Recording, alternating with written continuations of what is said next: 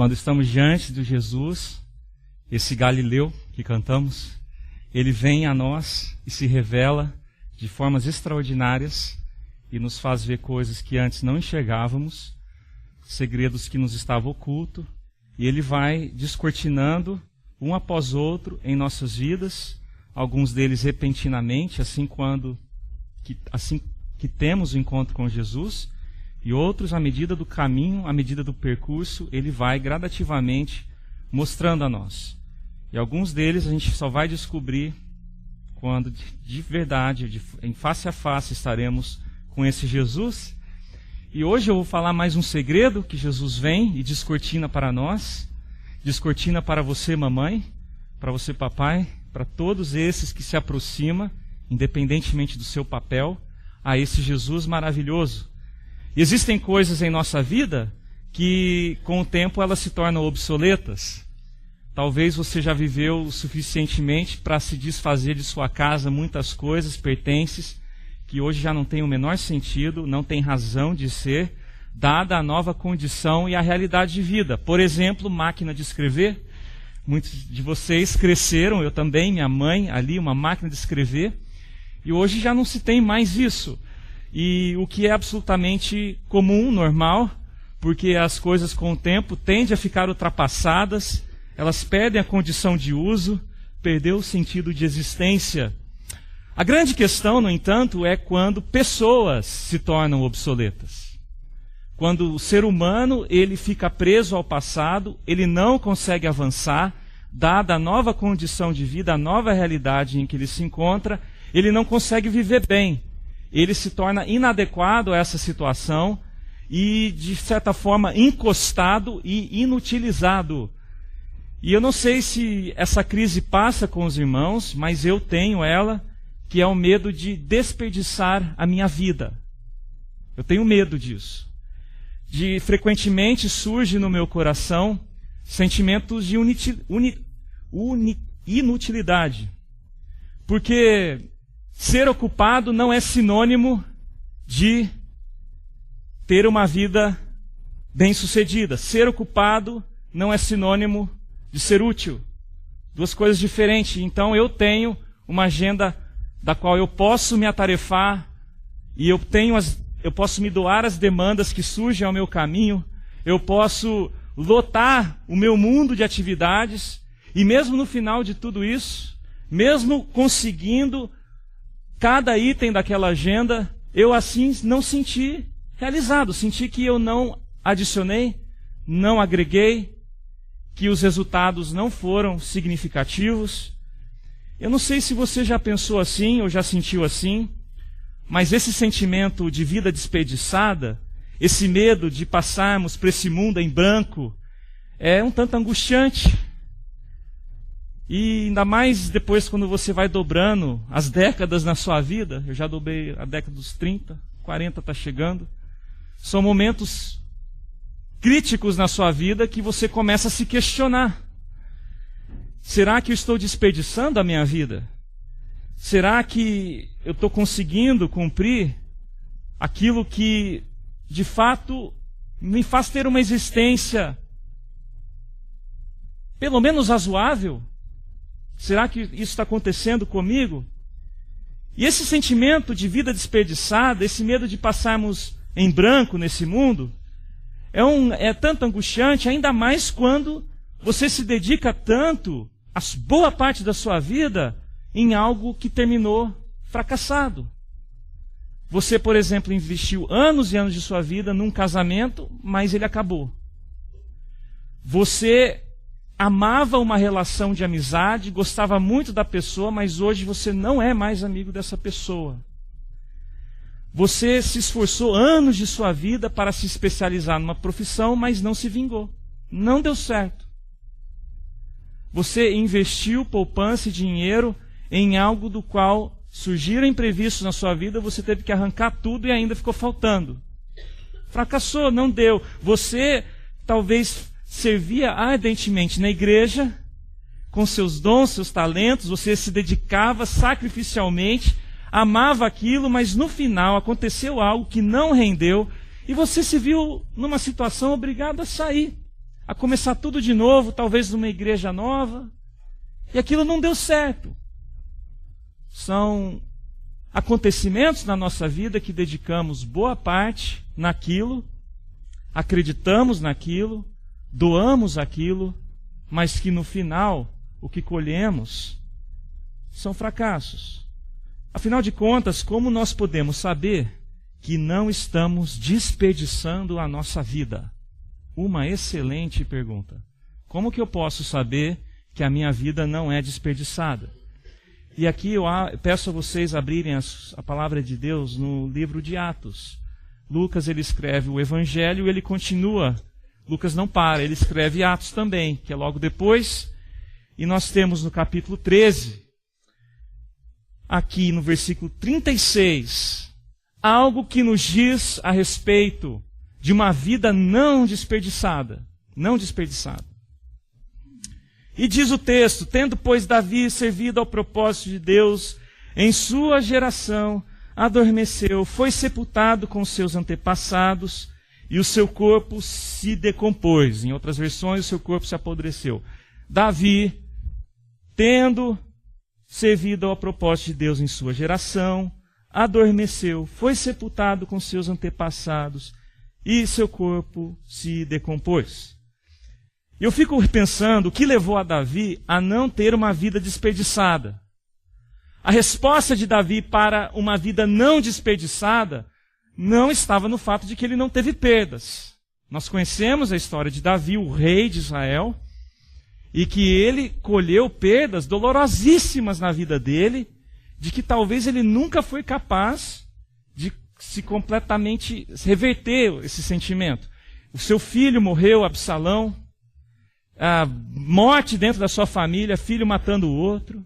Nós temos a morte do seu melhor amigo Jonatas, uma desunião na família. Ele perdeu muitas coisas. A resposta de Davi para uma vida desperdiçada também não foi porque ele fez escolhas acertadas. Porque Davi fez escolhas erradas, erros capitais, gravíssimos, que trouxe consequências, marcas na sua vida. Então, a resposta de Davi para uma vida não desperdiçada também não foi porque ele não sentiu frustração. Se você pegar os Salmos, a maioria é composto pelo rei Davi, você vai perceber uma agonia no coração desse compositor, desse homem. Em diversos momentos de sua vida, ele percebe numa situação de perigo, ele está encurralado pelos inimigos, ele vê preso às circunstâncias, ele, cada hora na fase de sua vida, ele está esperando uma promessa de Deus, e ele até morre frustrado. Porque, num certo sentido, ele gostaria muito de ver o templo de Jerusalém concretizado, mas ele não teve isso. Ele foi alguém que inaugurou a ideia de ter o templo, que investiu na construção do templo, mas não teve o templo pronto no seu tempo. E ele colheu muitas frustrações, das quais, em todas elas, ele teve que aprender a acalmar seu coração em Deus, esperar tão somente em Deus. E aí nós temos, inclusive, o cenário da composição de vários dos salmos. Justamente essa agonia, mas ao mesmo tempo o descanso nesse Deus que cura, que sara as agonias. A resposta de Davi para uma vida não desperdiçada também não foi porque ele não conseguiu atingir o patamar de rei, patamar elevado. O cara foi um sucesso. Ele foi o rei comandante militar que Israel teve de melhor. Impressionante como Israel foi vitorioso nas mãos do rei Davi. O cara ganhava guerras. Então, por que Davi pode ser considerado alguém que não teve a sua vida desperdiçada? Não foi por causa desses acontecimentos. Agora, imagina você, então, caminhando no cemitério de pessoas que ali foram enterradas, famosas, de renome, e você está ali andando, vendo o nome dessas pessoas gravadas na lapa do túmulo. E à medida que você vai caminhando, você vai reconhecendo esses nomes e você vai fazendo a seguinte pergunta nesse cemitério: quais deles não teve a sua vida desperdiçada? E aí você está caminhando, aí tem um instrutor com você, e você, que legal, que pedra é aquela ali? Quem é que está ali? Né, qual é o corpo que está ali? Ele fala assim: então, esse aí é o Deodoro da Fonseca, primeiro presidente do Brasil. Maravilha, legal, interessante. E aquela ali? Ah, essa daí é o Michael Jackson. Muito legal. Interessante esse cemitério aqui. E aquela ali? Então, aquilo ali é o Ayrton Senna, um ícone de sucesso do esporte no Brasil. E aquela ali? Ah, aquele eu não sei. Eu não sei o que está fazendo aqui, não interessa, não sei quem é. Talvez está no lugar errado. Tá, então esquece. E aquela ali? E aquele túmulo? Ah, aquele ali é de um grande empreendedor no mundo tecnológico e que deixou uma herança enorme, chama Steve Jobs. Ah, interessante. E aí você começa a perguntar: qual dessas pessoas não desperdiçou sua vida? Qual dessas pessoas você poderia chegar no túmulo, pegar e apontar e dizer: eis aqui uma pessoa que não desperdiçou sua vida? O que você gostaria que as pessoas dissessem sobre você no final de sua vida? O que você gostaria, de quem você gostaria de ouvir a seguinte palavra: olha, o Fábio não desperdiçou sua vida? Seria palavras dos seus amigos, dos seus pais, dos seus filhos, talvez de pessoas importantes na comunidade? De quem você gostaria de ouvir essas palavras? Davi tinha uma resposta de quem ele gostaria de ouvir essas palavras. Como que a gente vai avaliar uma vida desperdiçada ou não? De certa maneira, esse texto que nós lemos já respondeu, porque ele fala o seguinte: tendo, pois, Davi servido ao propósito de Deus em sua geração. Vida desperdiçada é quando não servimos ao propósito de Deus nesta vida.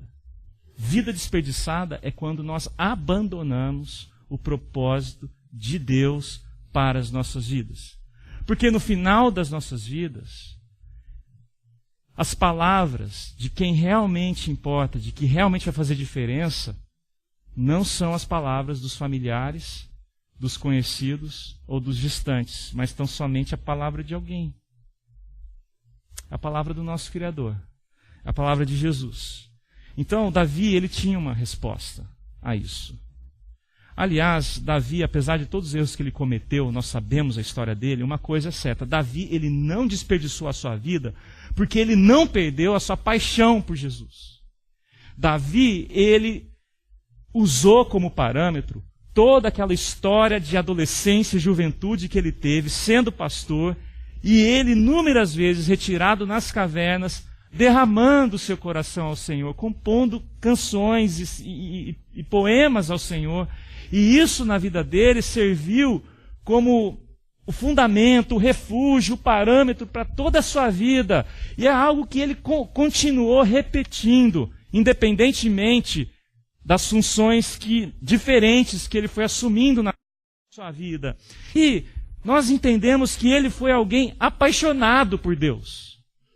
Você pega os Salmos, e na sua grande maioria você vai ver um derramar de coração de alguém que não quer ter outra paixão a não ser se entregar, se jogar e amar esse Deus maravilhoso. Tanto é que a palavra de Deus, inclusive dentro aqui desse contexto no livro de Atos, vai nos dizer, versículo 22, Deus, depois de rejeitar Saul, levantou-lhes Davi como rei, sobre quem testemunhou, Deus testemunhou. Encontrei Davi, filho de Jessé, homem segundo o meu coração. Ele fará tudo o que for da minha vontade. Então Davi, ele não desprezou a fome da sua alma. Ele bem entendia o tamanho da sede da sua alma. E aqui é algo muito importante para nós, porque essa mesma sede ela está presente em nós também. Não é que Davi criou a sede.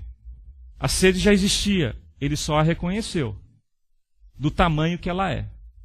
E em vista do tamanho do que ela é, ele reconheceu que teria que ser alguém muito maior do que essa sede para supri-la.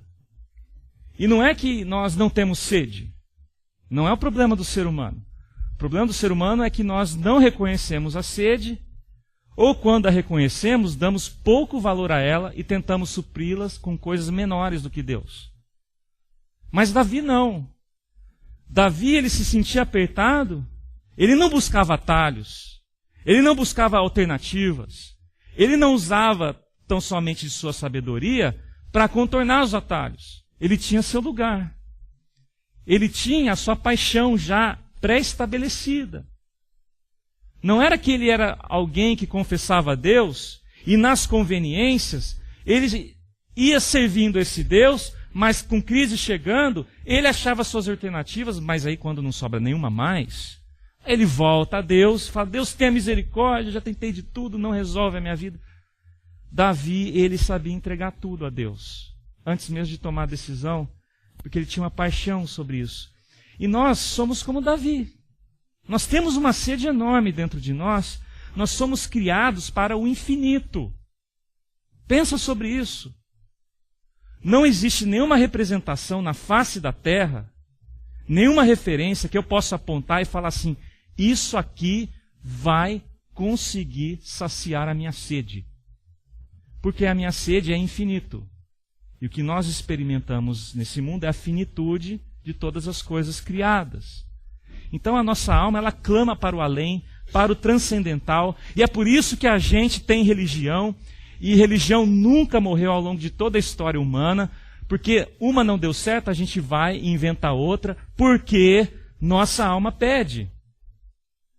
E vamos tentando, vamos nos ocupando, e nós vamos nos enterrando de coisas, nós vamos tentando jogar sobre nós ocupações, distrações, para que de alguma maneira essa sede, pelo menos, seja minimamente satisfeita. Porque é horrível nós convivermos com essa angústia no coração. Essa sede é tão grande que é como um vulcão dentro de nós. E nós podemos tentar conter esse vulcão, nós podemos dizer que ele não existe, mas a verdade é que esse vulcão ele está prestes à erupção a qualquer momento. E não adianta tentar abafar esse vulcão dentro de nós, porque se nós desprezarmos suficientemente, ele vai reagir dentro de nós, ele vai explodir.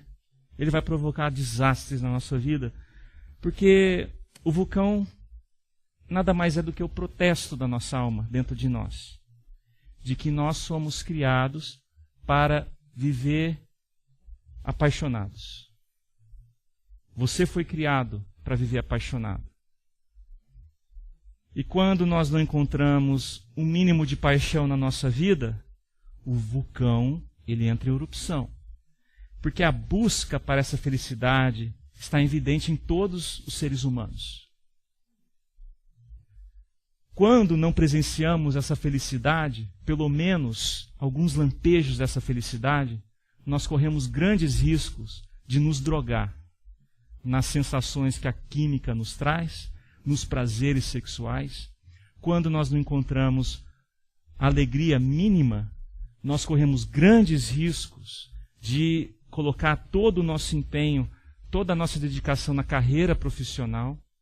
Nós corremos sérios riscos de entrar em depressão, fechar a porta no quarto, não se relacionar mais com ninguém. E quando depois de tudo você tentou, tudo foi atrás, não resta mais opção, você então pensa em matar, em se matar, em tirar a sua vida. Porque o que está dentro de você é muito poderoso para ser calado. Quem se mata é porque tentou de tudo, mas ainda assim a sua alma protesta. E aí não resta outra coisa a não ser isso. Então, quando desperdiçamos a vida? Quando perdemos a paixão. Você quer desperdiçar a sua vida, perca a sua paixão. Aliás, C.S. Lewis vai dizer o seguinte: quando nossa paixão é pequena, desperdiçamos a vida.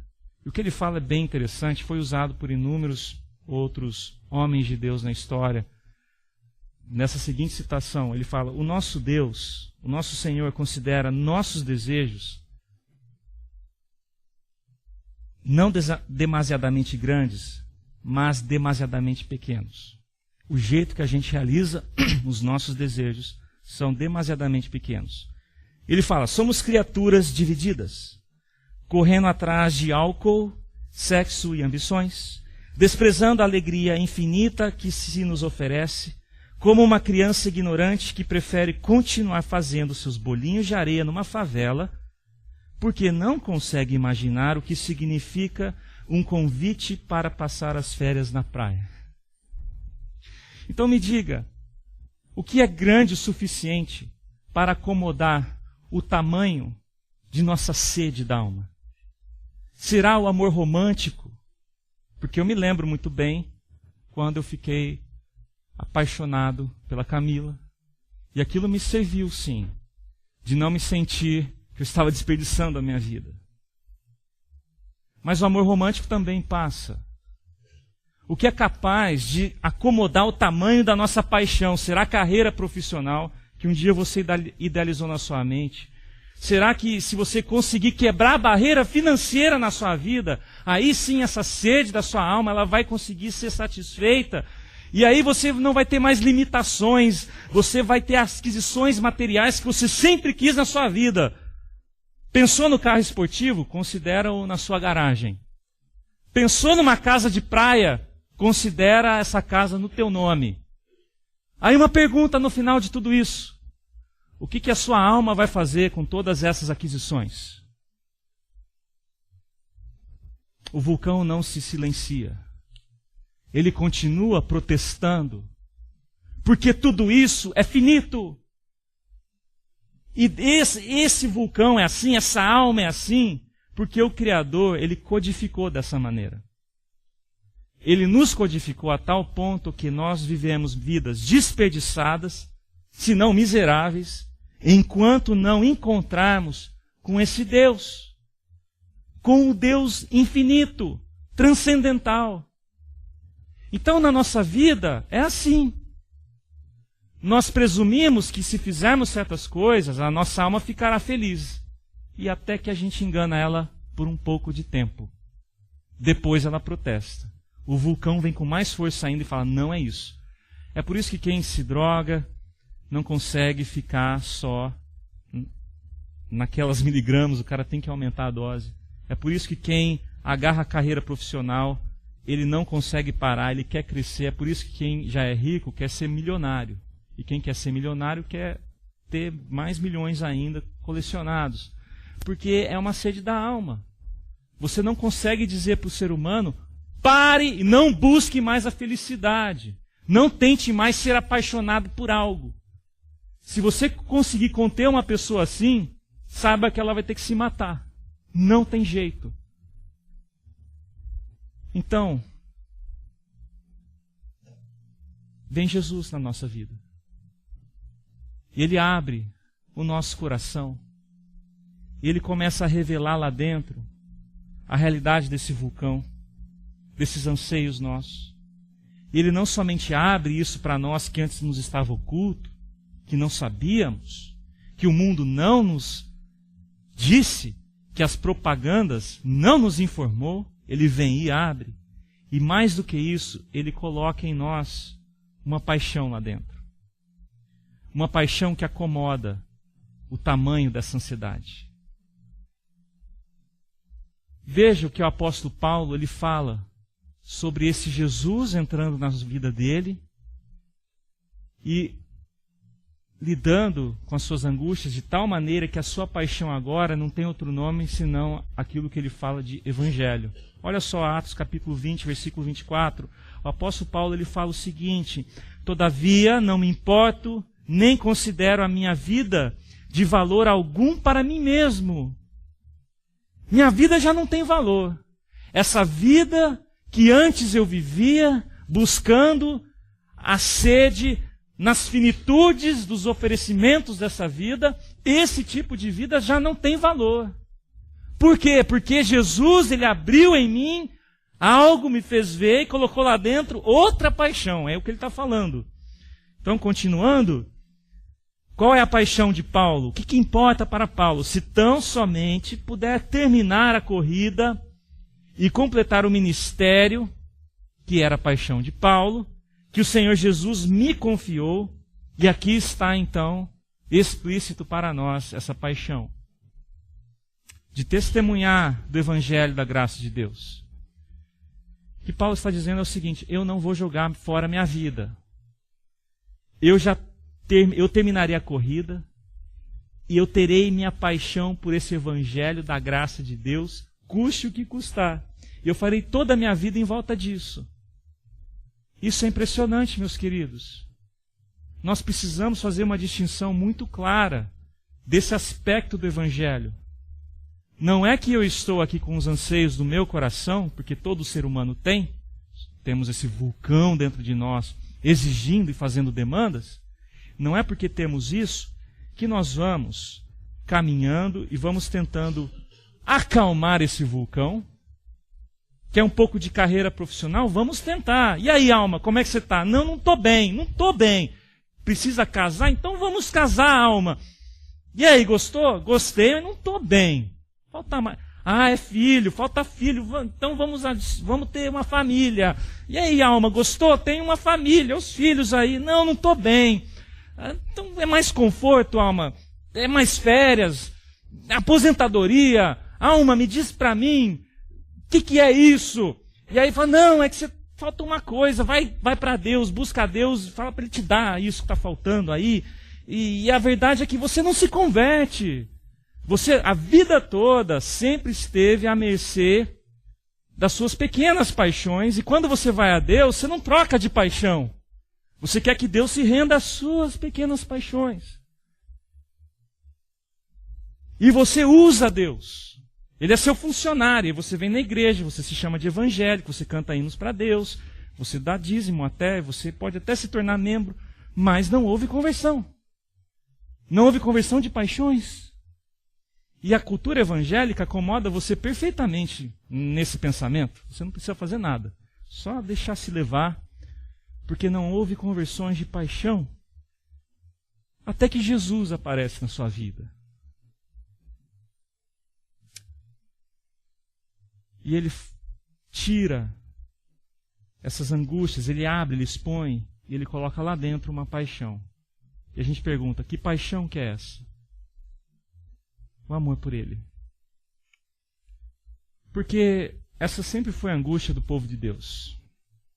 Deus deu mandamento ao seu povo, e o povo nunca conseguiu guardar direito. Uma coisa é você pedir a alguém para fazer, e o cara faz por obrigação, e é uma droga fazer. E amanhã tá difícil, você tenta mais força de vontade, mas não dá, não desce. Não é espontâneo. Outra coisa é alguém que tem dentro de si o prazer de viver a expressão da lei.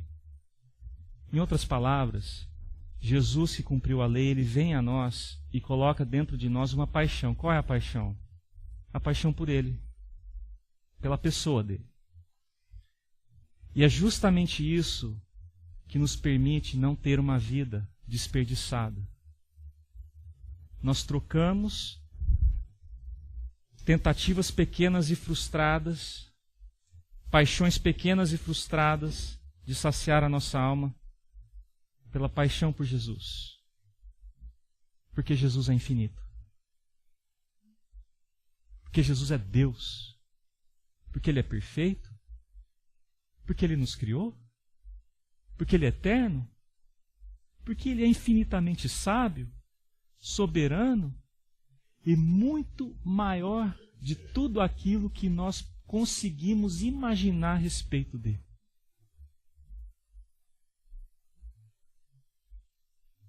E quando a nossa alma encontra com Jesus,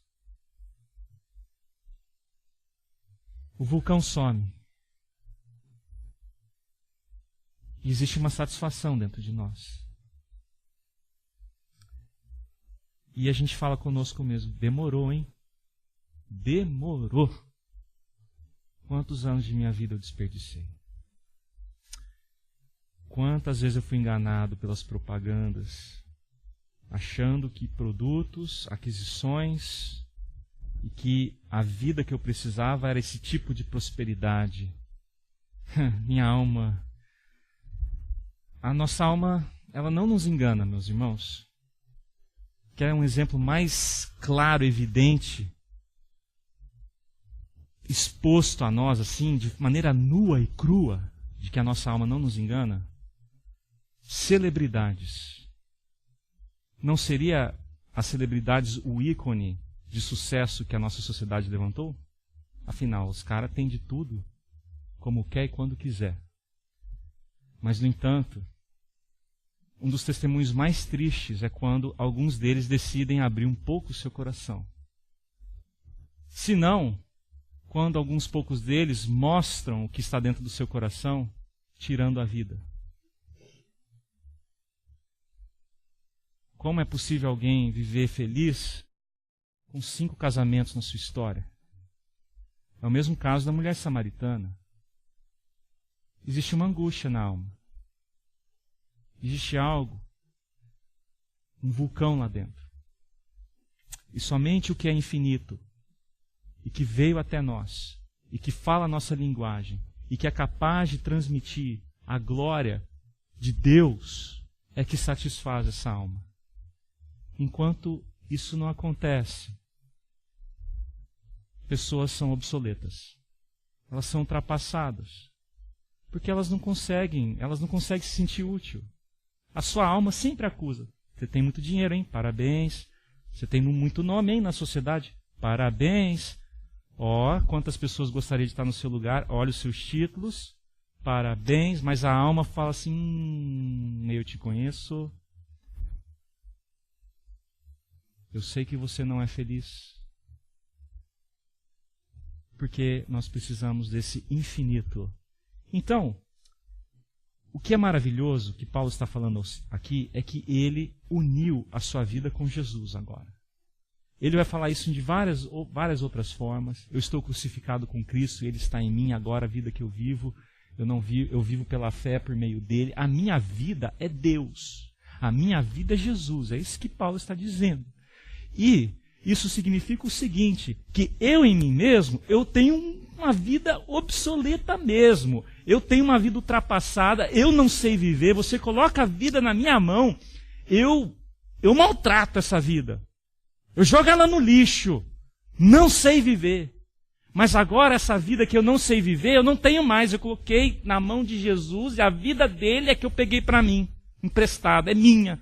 Ele veio habitar em mim. E agora essa vida que eu vivo é a vida dele. E nessa vida agora eu tenho comunhão com ele. Isso significa o seguinte, que agora a minha identidade é Jesus. Porque no final de tudo, se tem alguém que não teve a sua vida desperdiçada aqui na terra, quem foi esse? Me diga. Jesus Cristo.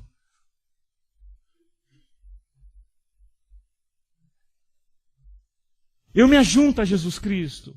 E a relevância da vida que ele teve agora é minha. Por quê? A vida dele é minha. Eu tenho uma comunhão com ele, na vida dele. E aí então a nossa vida tem o mesmo sentido que a vida de Jesus. Porque para mim é muito frustrante eu como pastor, que eu sou como todos vocês, talvez até pior, de que eu fico medindo as coisas. Quando eu chegar no final da minha vida, o que as pessoas vão dizer do Fábio? E aí a gente pode pensar em números, em o critério humano de se medir, não é? Mas o que Jesus diz a respeito de mim? E eu vou dizer uma coisa. É uma tragédia eu tentar viver segundo os critérios humanos. É uma grande tragédia na minha vida. Porque eu vou estar trocando pequenas paixões por essa paixão por Jesus. É uma tragédia também porque o que eu conquistar com as minhas mãos tem um sentido tão vaidoso, tão passageiro, tão fútil, tão monótono. Mas Jesus não.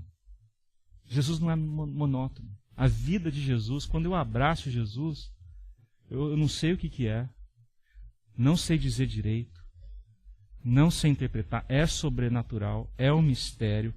As teologias e os dogmas tentam explicar, mas só experimenta mesmo quem abraça Jesus. A nossa alma se satisfaz. E é isso que Paulo está dizendo aqui. Não tem outra coisa mais. Esquece. Eu levava uma vida assim, achava que era assim que seguia o caminho, não acho mais. Pode vir religião, pode vir os judaizantes, pode vir quem quiser, já estou resolvido. E nós deveríamos falar a mesma coisa.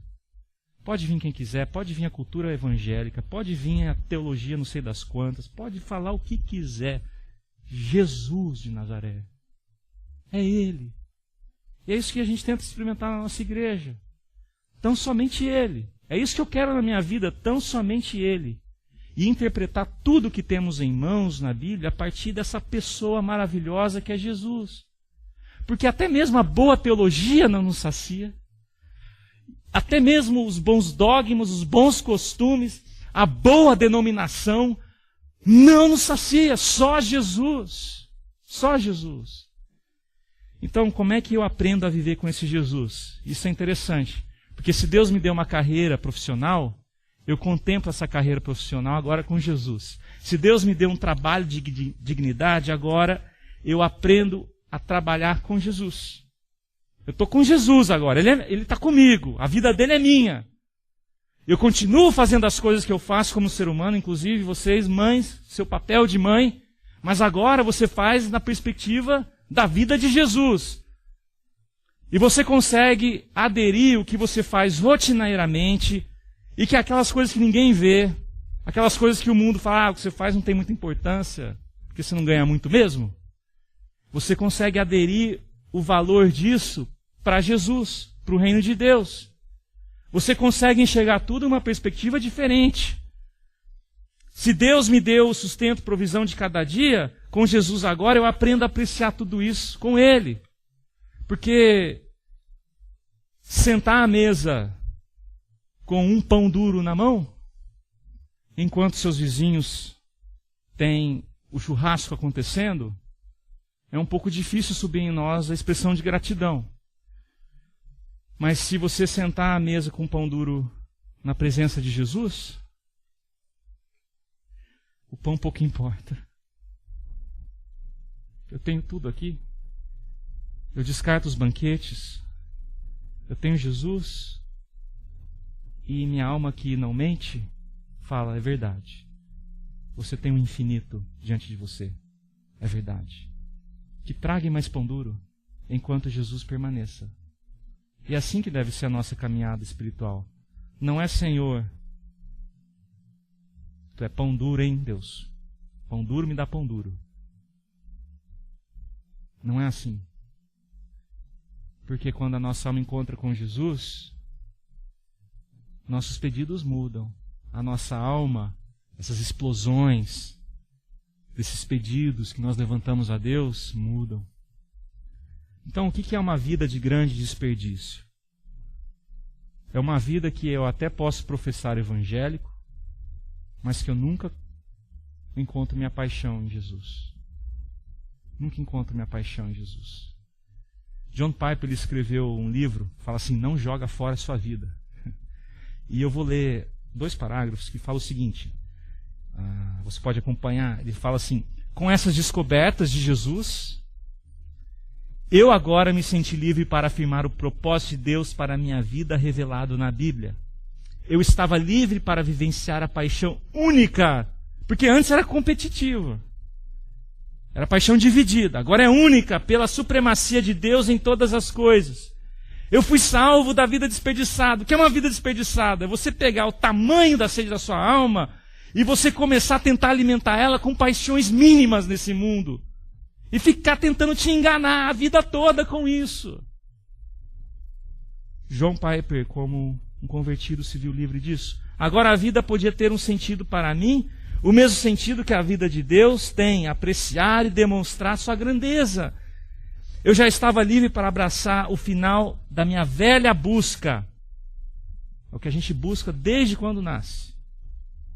O ponto importante, o propósito, o enfoque, a essência de tudo isso era real, era objetivo, estava lá, estava enraizado na própria essência do que Deus é em si próprio. Ele é glorioso, belo e magnífico em suas perfeições múltiplas. E elas são infinitas, eternas, imutáveis, são verdade, justiça, bondade, sabedoria, poder e amor, fluindo daquilo que Ele é em si mesmo, vem o propósito para a nossa existência. Essa é a razão única do ser, que a tudo abarca, a tudo transforma, uma paixão por se alegrar e exibir a supremacia de Deus em todas as coisas. E ele termina: a vida desperdiçada é essa vida sem paixão. Abre parênteses, por Jesus.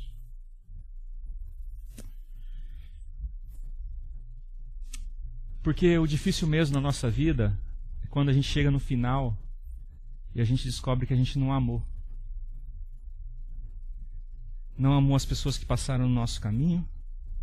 Nós não conseguimos amar, sentir, respirar e ver o mundo colorido que Deus colocou bem à nossa frente, porque a nossa alma estava presa a paixões outras.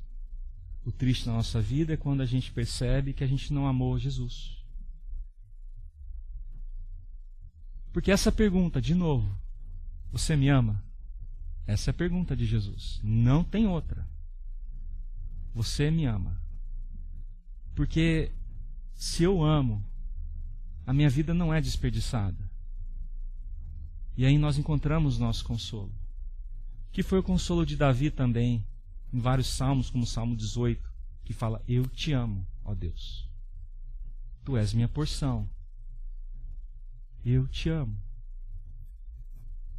E você, mãe que está aqui, você pode ter um papel tremendo nas mãos de Deus, sendo uma mãe que tem esse vulcão dentro de você, saciado na paixão por Jesus.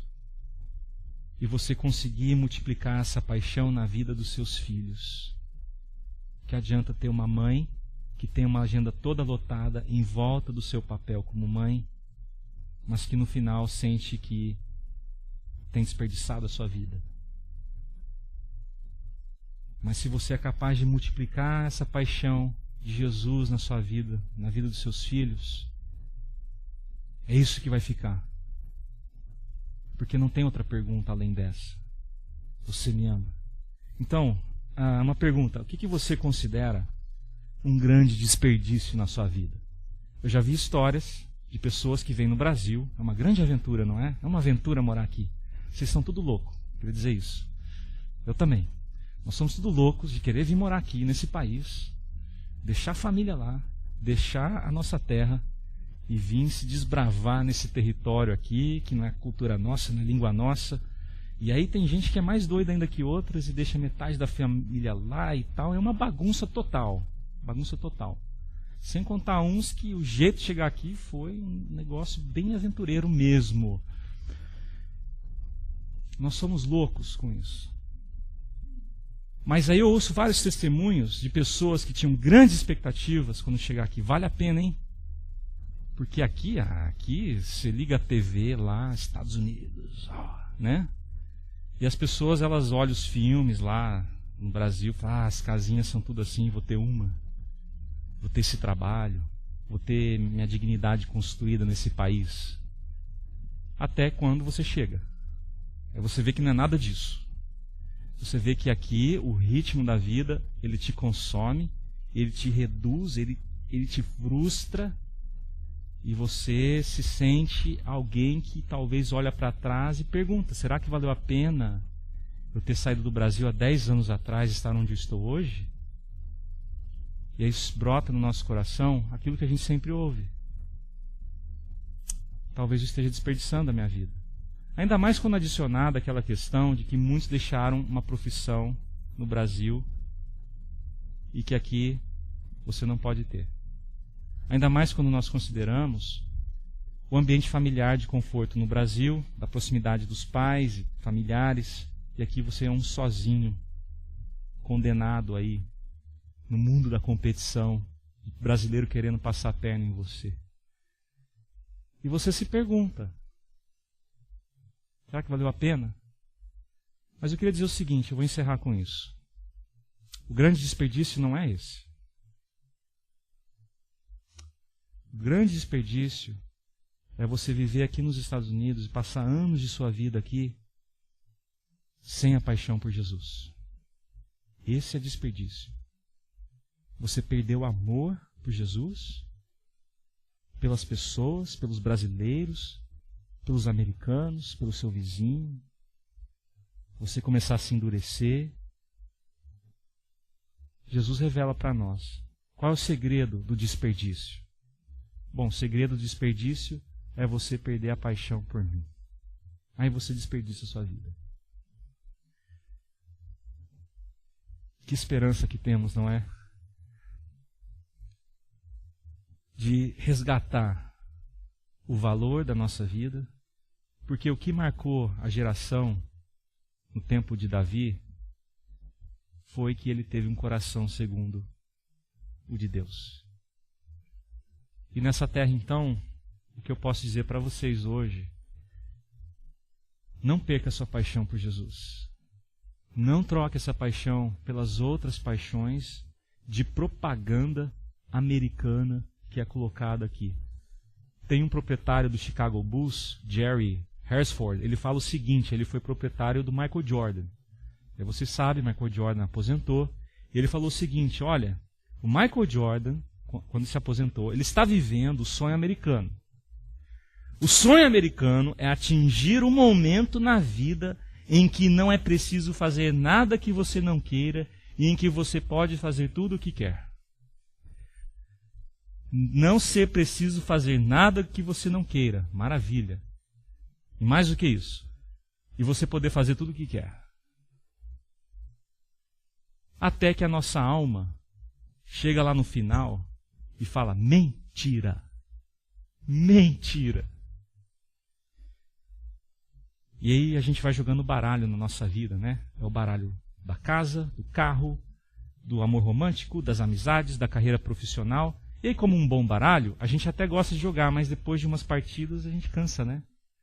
Fica um negócio chato. A gente pega o baralho e não quer mais saber do baralho. E aí você percebe que todo aquele esforço na sua vida só serviu de distração. Deus, então, ele fale conosco. Do mesmo jeito que falou com Davi, nos momentos da caverna, das angústias, que Deus fale conosco do mesmo jeito que falou com Paulo, trocando as nossas paixões.